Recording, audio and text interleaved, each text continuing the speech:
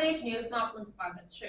મુખ્યમંત્રી ભૂપેન્દ્ર પટેલે મણિનગર સ્થિત ઉત્તમનગર ગાર્ડન પાસે નમો પુસ્તક પરબ અંતર્ગત પ્રતિ રવિવારે યોજાતા પુસ્તક પરબની 151મી કડીમાં પુસ્તક પ્રદર્શનની મુલાકાત લીધી। દેશના વર્તમાન વડાપ્રધાન અને ગુજરાતના તત્કાલીન મુખ્યમંત્રી નરેન્દ્ર મોદીની પ્રેરણાથી 4 જુલાઈ 2021ના રોજ નમો પુસ્તક પરબનો પ્રારંભ કરવામાં આવ્યો। મુખ્યમંત્રી ભૂપેન્દ્ર પટેલે આ પ્રદર્શનમાં વિવિધ વિષયોને આવરી લેતા પુસ્તકોને અત્યંત રસપૂર્વક નિહાળ્યા હતા। સાથે સાથે આ પ્રવૃત્તિની જાણકારી પણ મેળવી હતી।